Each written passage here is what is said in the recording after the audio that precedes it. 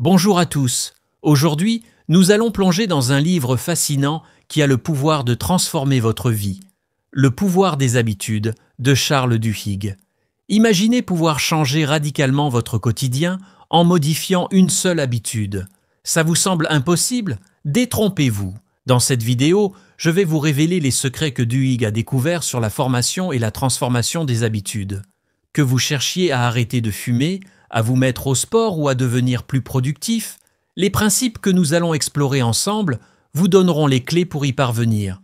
Nous décortiquerons la fameuse boucle de l'habitude, découvrirons comment certaines habitudes peuvent déclencher un effet domino positif dans votre vie et explorerons même comment les entreprises et les mouvements sociaux utilisent ces concepts à grande échelle.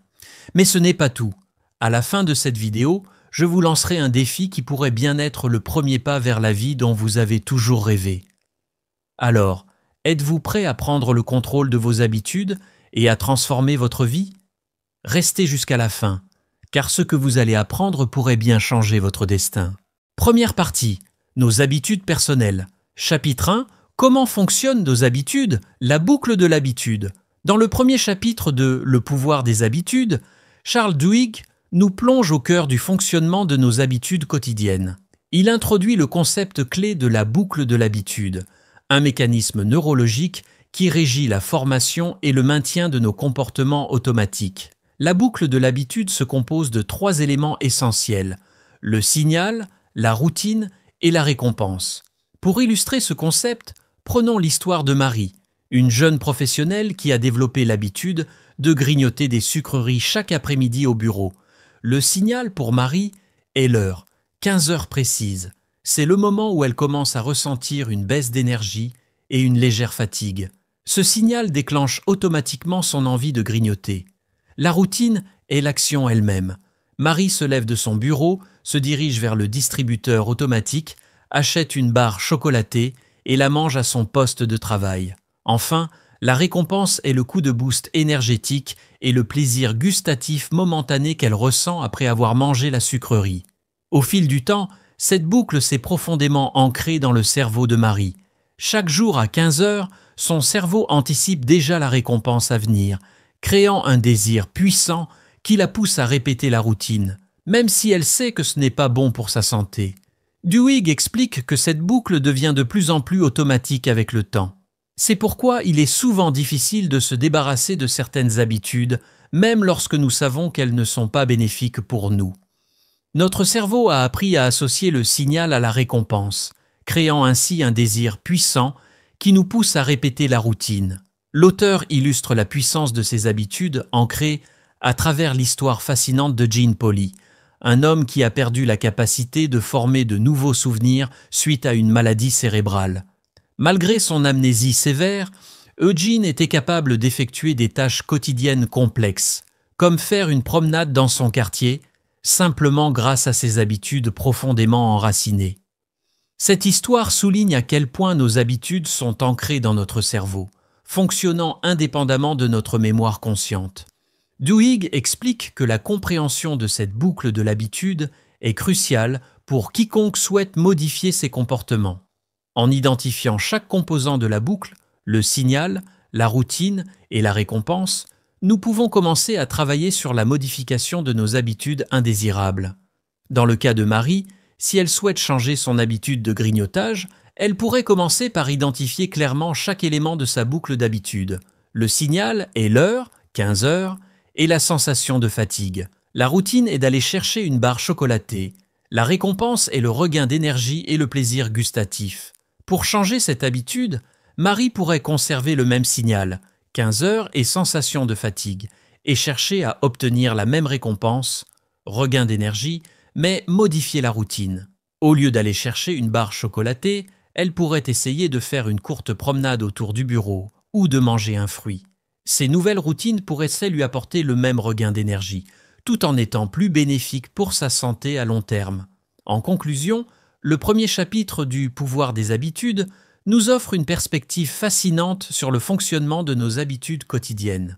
En décomposant la boucle de l'habitude en ses éléments constitutifs, signal, routine et récompense, Duhigg nous donne les clés pour comprendre et potentiellement modifier nos comportements automatiques. Cette compréhension est le premier pas vers une transformation personnelle durable, nous permettant de remplacer les habitudes négatives par des comportements plus positifs et bénéfiques. Chapitre 2. Se créer de nouvelles habitudes. La révolution Pepsodent. Le deuxième chapitre du livre « Le pouvoir des habitudes » de Charles Duhigg nous plonge dans l'histoire fascinante de la création d'une habitude nationale, le brossage de dents quotidien. Cette révolution, orchestrée par le dentifrice Pepsodent, illustre parfaitement comment de nouvelles habitudes peuvent être créées et ancrées dans le comportement de millions de personnes. Au début du XXe siècle, le brossage de dents n'était pas une pratique courante aux États-Unis. C'est dans ce contexte que Claude Hopkins, un publicitaire de génie, entre en scène. Lorsqu'on lui a proposé de promouvoir Pepsodent, il a vu l'opportunité de créer non seulement une marque, mais aussi une habitude nationale. L'approche de Hopkins reposait sur sa compréhension intuitive de la formation des habitudes. Il a identifié un signal clair, la pellicule sur les dents. Il a présenté cette pellicule naturelle comme un problème à résoudre, encourageant les gens à passer leur langue sur leurs dents pour la sentir. La routine était simple, se brosser les dents avec Pepsodent. La récompense était la sensation de fraîcheur créée par les ingrédients du dentifrice.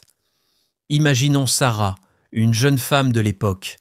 Un matin, elle passe sa langue sur ses dents et sent la pellicule, le signal. Elle se brosse les dents avec Pepsodent, la routine, et ressent immédiatement une agréable sensation de fraîcheur, la récompense.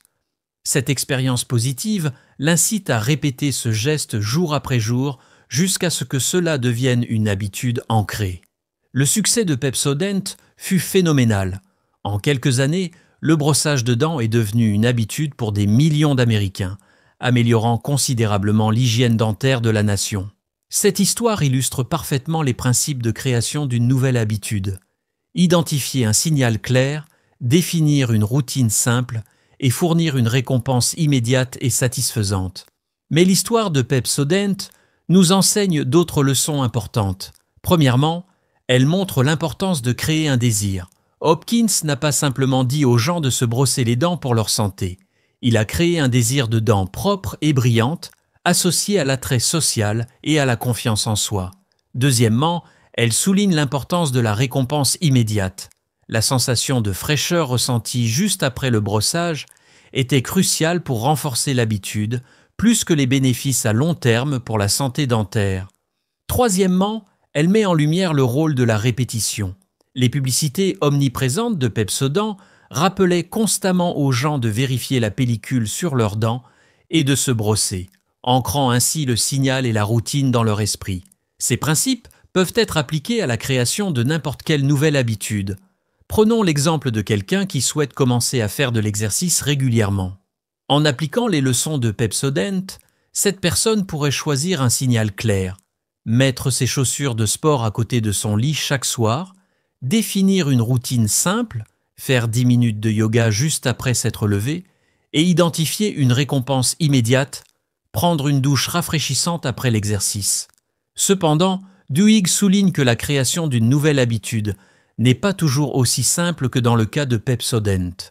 Certaines habitudes sont plus difficiles à adopter, et différentes personnes peuvent réagir différemment aux mêmes signaux et récompenses. Il est souvent nécessaire d'expérimenter pour trouver la combinaison qui fonctionne le mieux pour chaque individu et chaque habitude spécifique. En conclusion, l'histoire de la révolution Pepsodent nous offre un aperçu fascinant de la manière dont les habitudes peuvent être créées et ancrées à grande échelle. Elle illustre l'importance d'un signal clair, d'une routine simple et d'une récompense satisfaisante dans la formation des habitudes. Ces leçons sont précieuses pour quiconque cherche à adopter de nouvelles habitudes positives ou à aider les autres à le faire. En appliquant ces principes, nous pouvons créer des changements durables dans nos vies, un petit geste à la fois, tout comme Pepsodent a transformé l'hygiène dentaire d'une nation entière.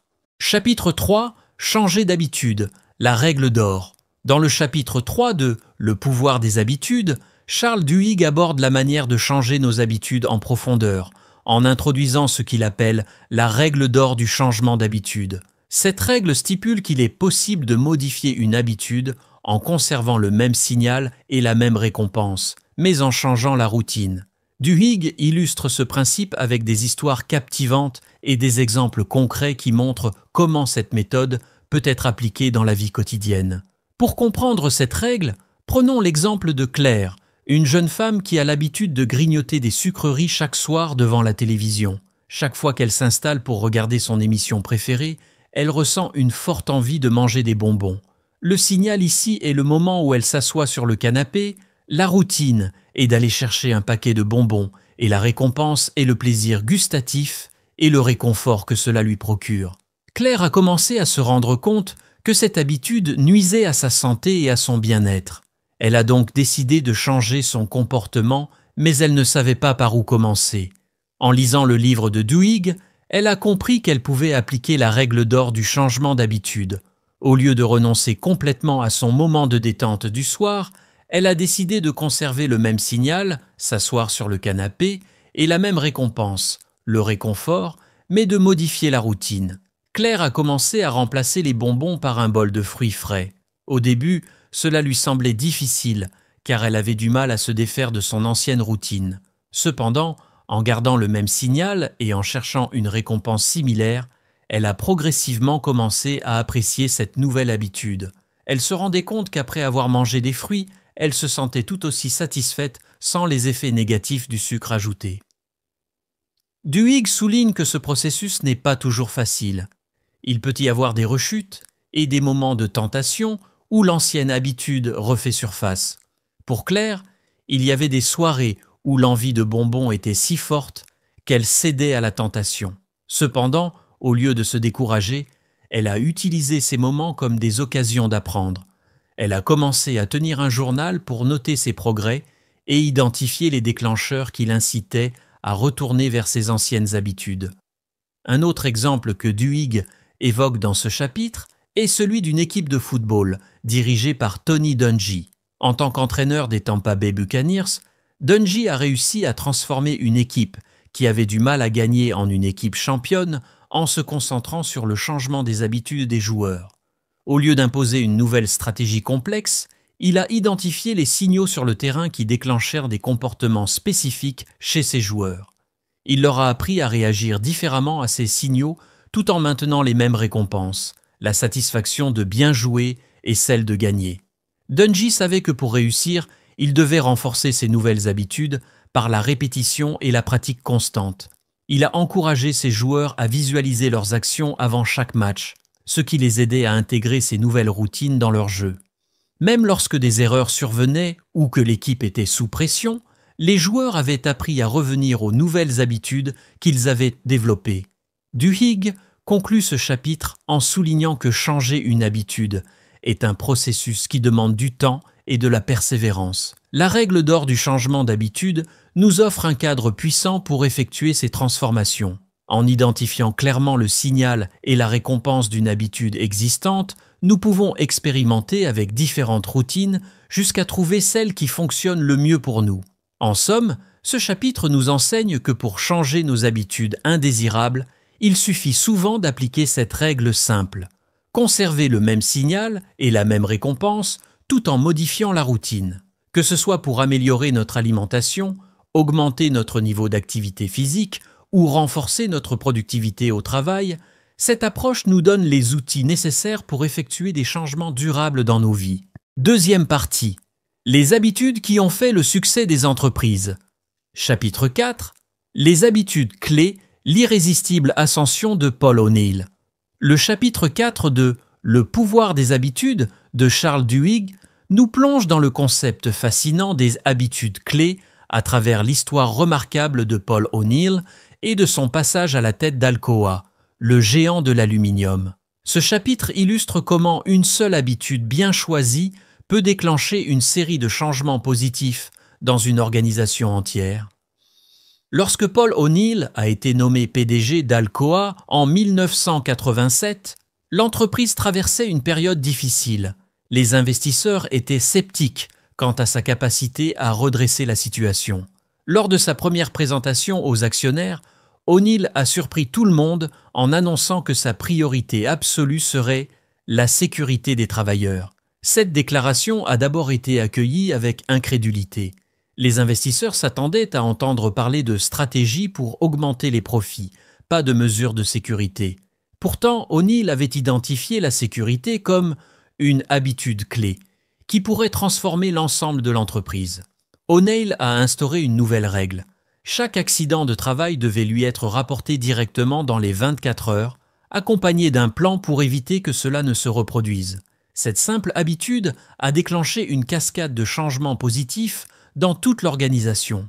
Pour respecter cette nouvelle règle, les managers ont dû améliorer la communication avec leurs équipes. Les ouvriers ont commencé à suggérer des améliorations pour rendre leur environnement de travail plus sûr. Ces suggestions ont souvent conduit à des processus de production plus efficaces.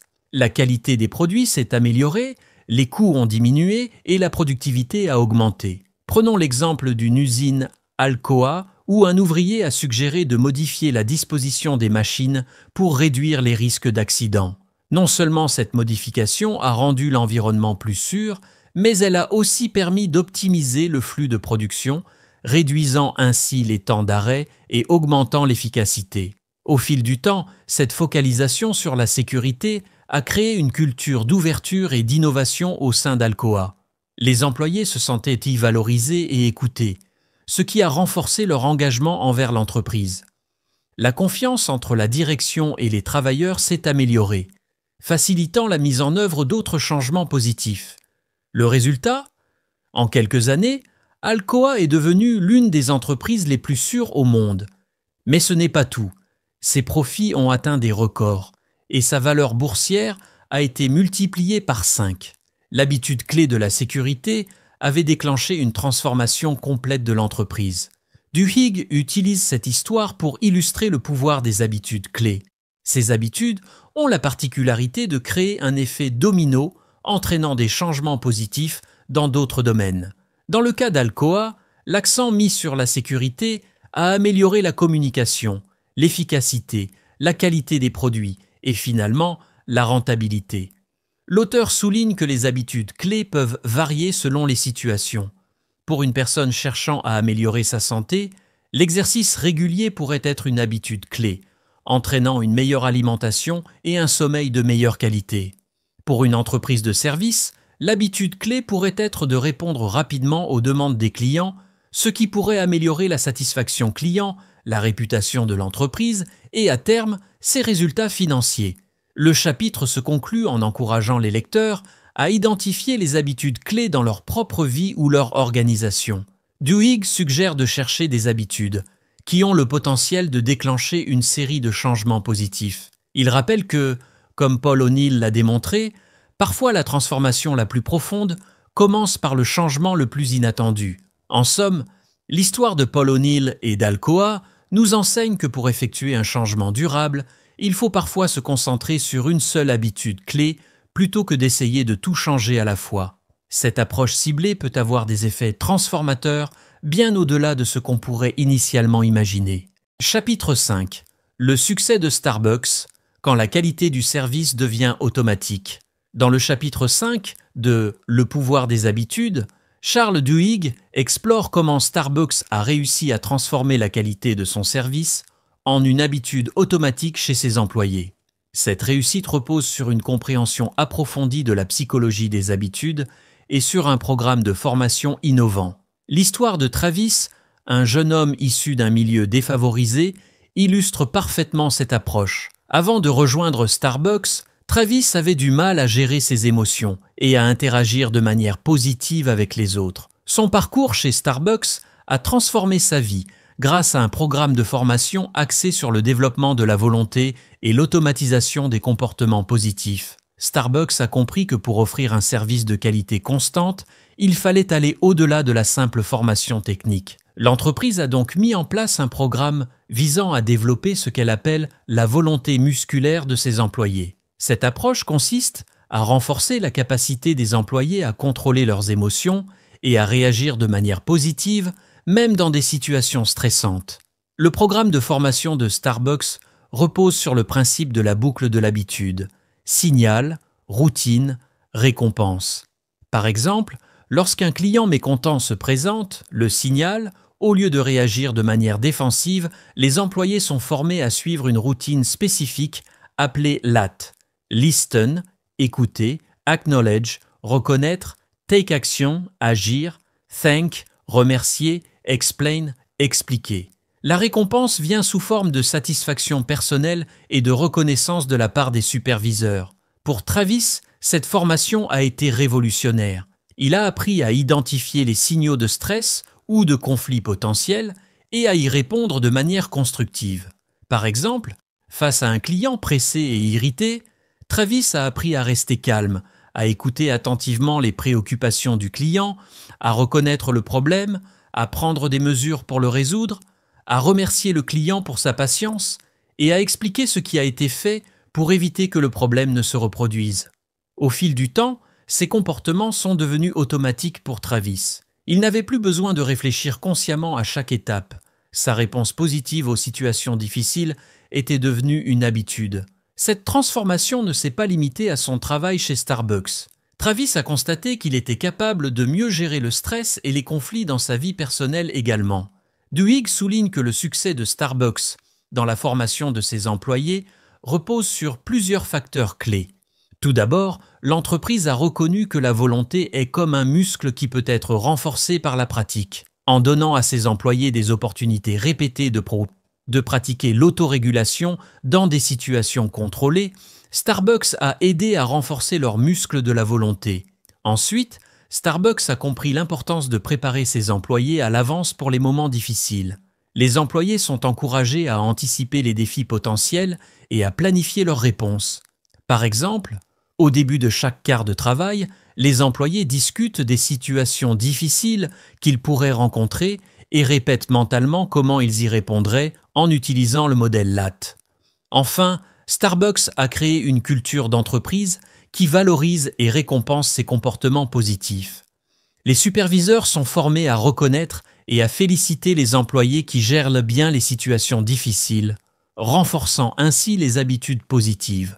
Le résultat de cette approche a été spectaculaire. Non seulement la qualité du service chez Starbucks s'est améliorée, mais l'entreprise a également constaté une baisse du taux de rotation du personnel et une augmentation de la satisfaction des employés.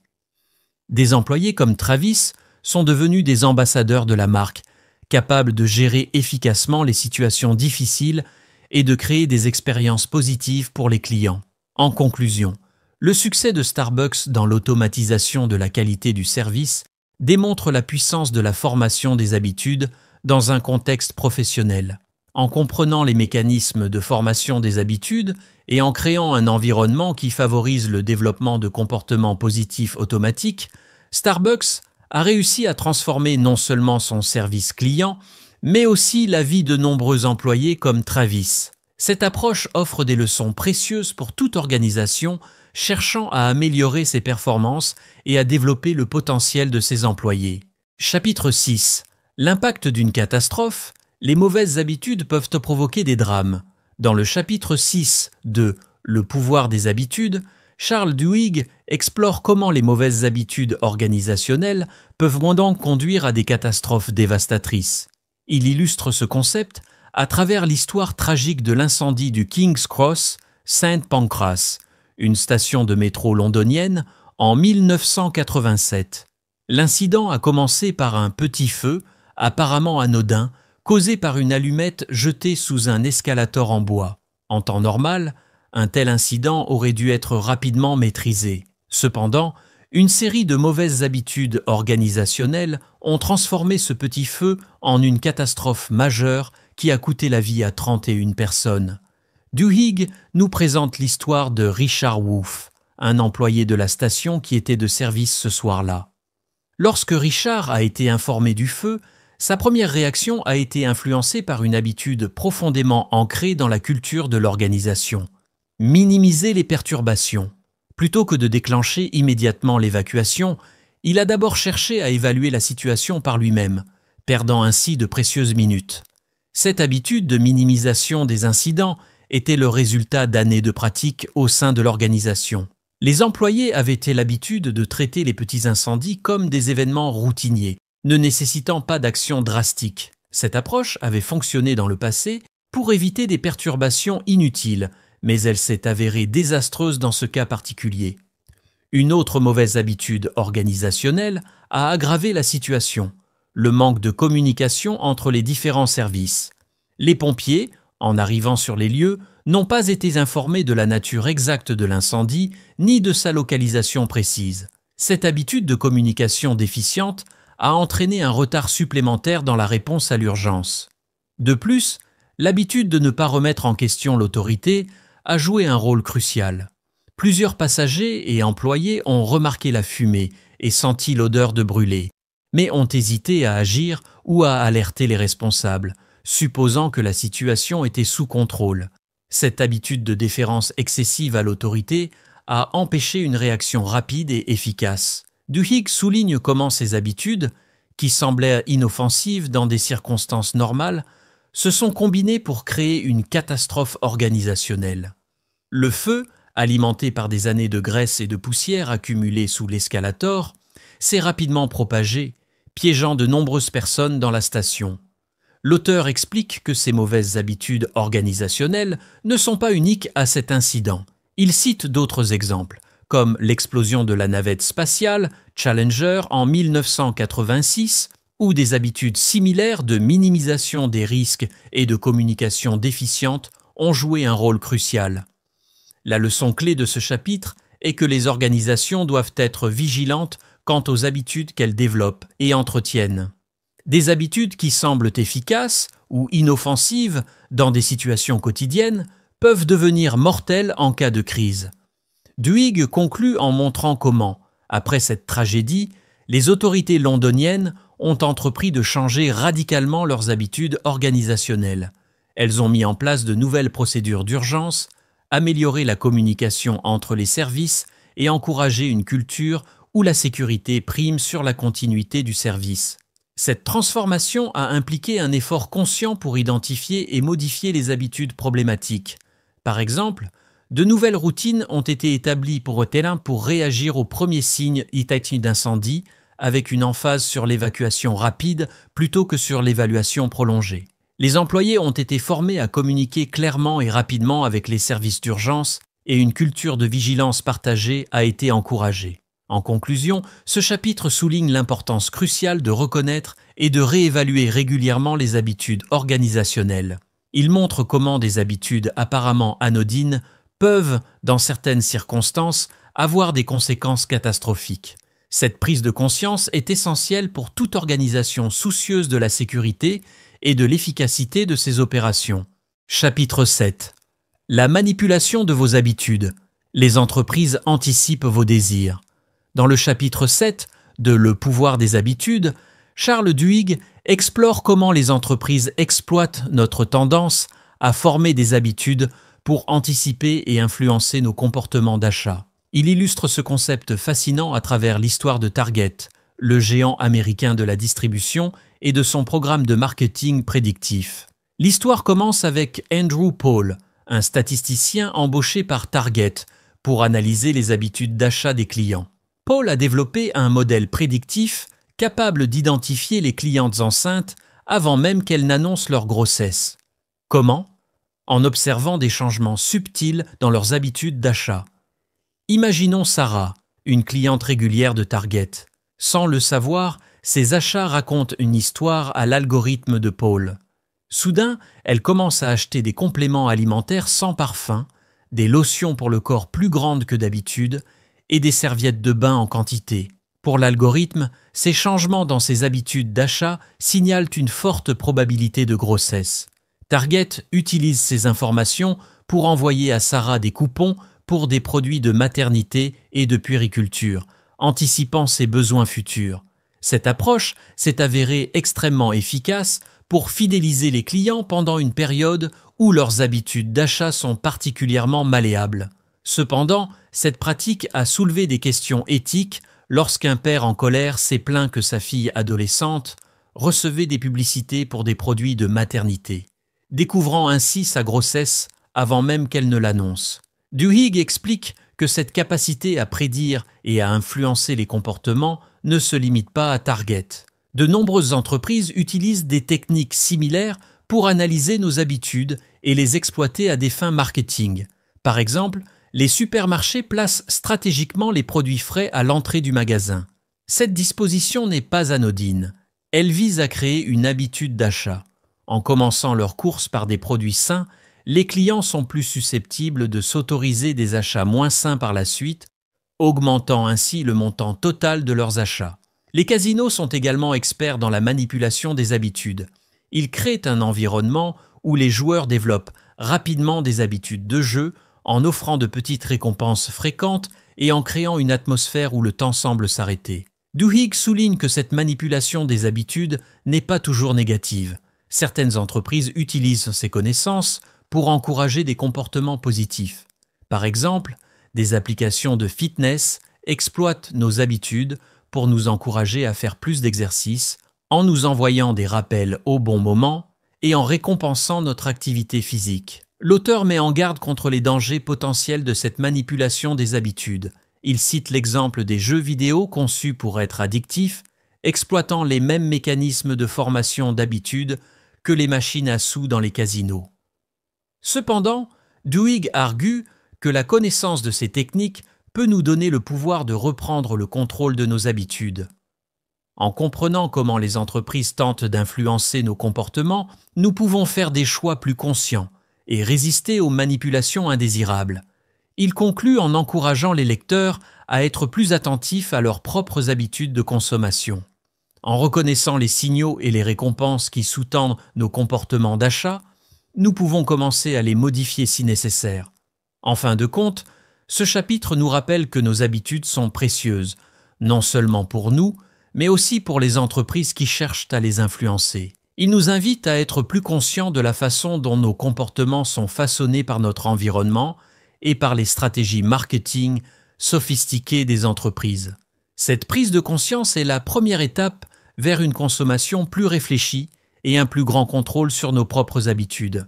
Troisième partie, les habitudes qui bouleversent le monde. Chapitre 8, le boycott du bus de Montgomery, comment naissent les mouvements de société. Dans le chapitre 8 de Le pouvoir des habitudes, Charles Duhigg explore comment les mouvements sociaux naissent et se propagent en utilisant l'exemple emblématique du boycott des bus de Montgomery en 1955-1956. Cette histoire illustre comment les habitudes sociales peuvent être transformées pour créer un changement sociétal profond. L'histoire commence avec Rosa Parks, une couturière afro-américaine qui, le 1er décembre 1955, refuse de céder sa place à un passager blanc dans un bus de Montgomery, en Alabama. Cet acte de désobéissance civile, qui n'était pas le premier du genre, a déclenché un mouvement qui a changé le cours de l'histoire américaine. Duhigg explique que le succès du boycott des bus de Montgomery repose sur 3 éléments clés: des liens sociaux forts, la force des habitudes faibles et un leader capable de donner une nouvelle structure à des habitudes existantes. Les liens sociaux forts étaient déjà présents dans la communauté afro-américaine de Montgomery. Des organisations comme la NAACP et les églises locales avaient créé un réseau dense de relations. Quand Rosa Parks a été arrêtée, ces réseaux ont permis une mobilisation rapide et efficace. Le concept d'habitude faible est crucial pour comprendre comment le mouvement s'est propagé. Les habitudes faibles sont des comportements que nous adoptons sans y réfléchir, influencés par notre entourage.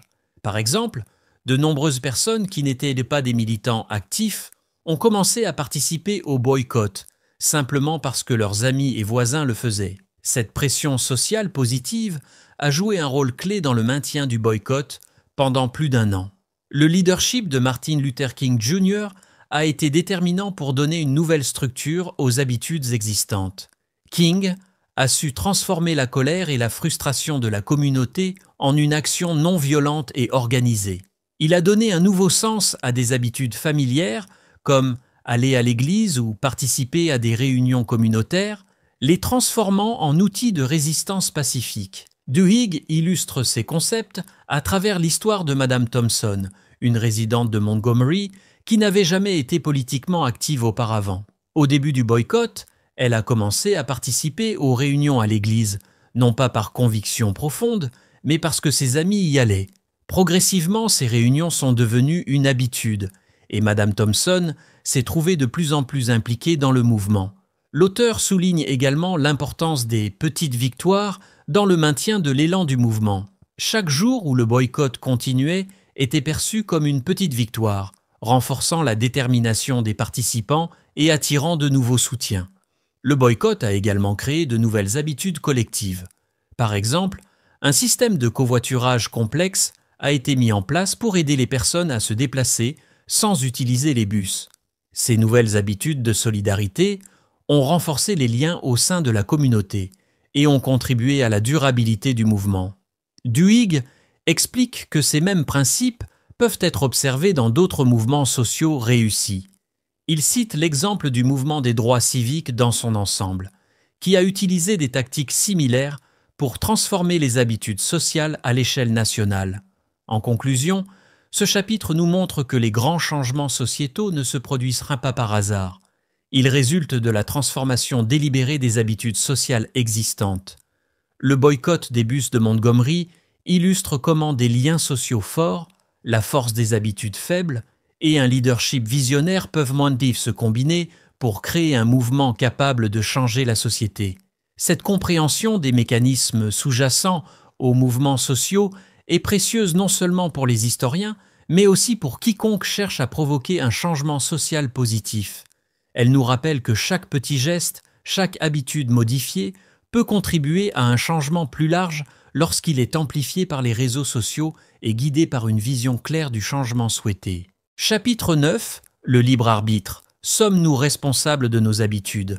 Dans le chapitre 9 de Le pouvoir des habitudes, Charles Duhigg aborde une question fondamentale. Sommes-nous vraiment responsables de nos habitudes? Cette réflexion sur le libre arbitre nous amène à explorer la frontière entre les comportements automatiques et les choix conscients. Pour illustrer ce dilemme, Duhigg nous raconte l'histoire d'Angie Bachman, une femme au foyer qui a développé une addiction aux jeux dévastatrices. Tout a commencé innocemment lorsqu'Angie, se sentant seule et déprimée après le départ de ses enfants, a commencé à fréquenter un casino local.